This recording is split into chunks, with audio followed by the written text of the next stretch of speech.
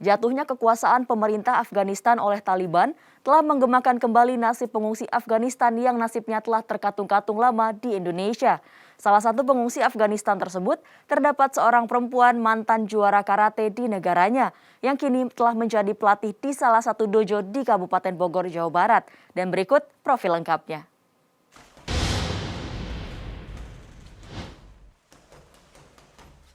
Juara karate Afghanistan, Mina Asadi, memukul sansak sebagai bagian dari rutinitas pelatihannya di sebuah dojo di Cisarua, Kabupaten Bogor, di mana dia mengajar karate kepada para pengungsi yang sama-sama berharap untuk bermukim di sebuah negara ketiga.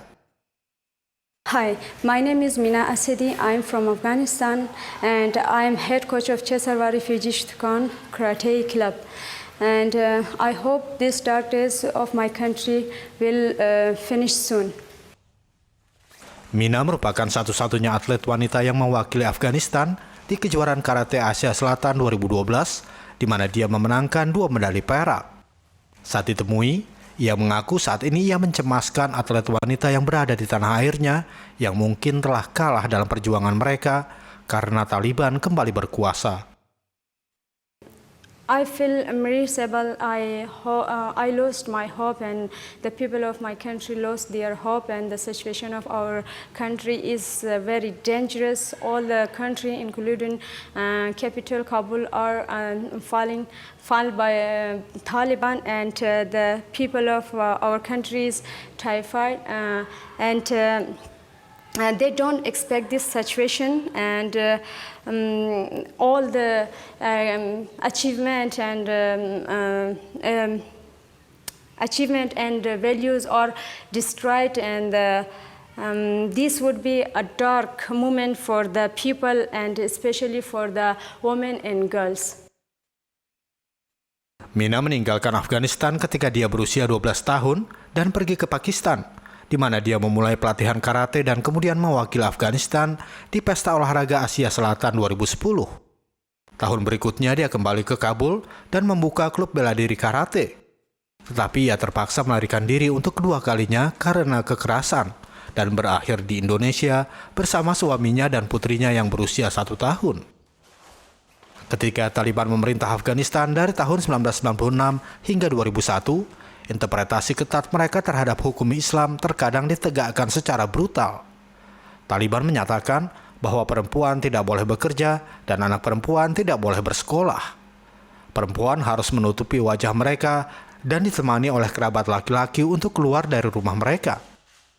Dengan kembalinya Taliban di Kabul, Mina takut akan apa artinya itu bagi kemajuan yang dibuat oleh rekan-rekan senegaranya. Actually, everything is finished for athletes, women like me in Afghanistan, and we heard a report from Taliban that Taliban implemented some strict rules against women in some cities. They prevented women and girls from school and other activities. So once again, the darkest days came for women in Afghanistan. Para pemimpin Taliban telah mencoba meyakinkan warga Afghanistan dan masyarakat internasional bahwa anak perempuan dan perempuan akan memiliki hak atas pendidikan dan pekerjaan. Tetapi Mina dan yang lainnya skeptis. Absolutely no, I don't believe on Taliban, and they are the extremist party, and they don't believe on human rights and rights of women. Minggu ini, atlet taekwondo Zakia Khudadadi menjadi atlet wanita pertama Afghanistan di Paralympic Games yang mimpinya hancur karena kekacauan di Kabul. They are in a bad situation, and they are stuck inside the limbo. All the people terrified. They don't know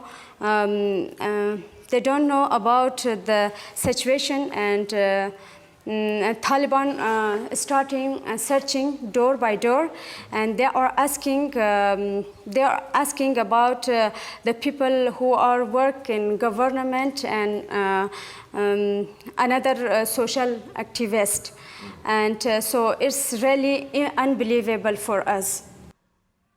Sudah ada laporan bahwa beberapa wanita diperintahkan keluar dari pekerjaan mereka saat Taliban maju melintasi Afghanistan.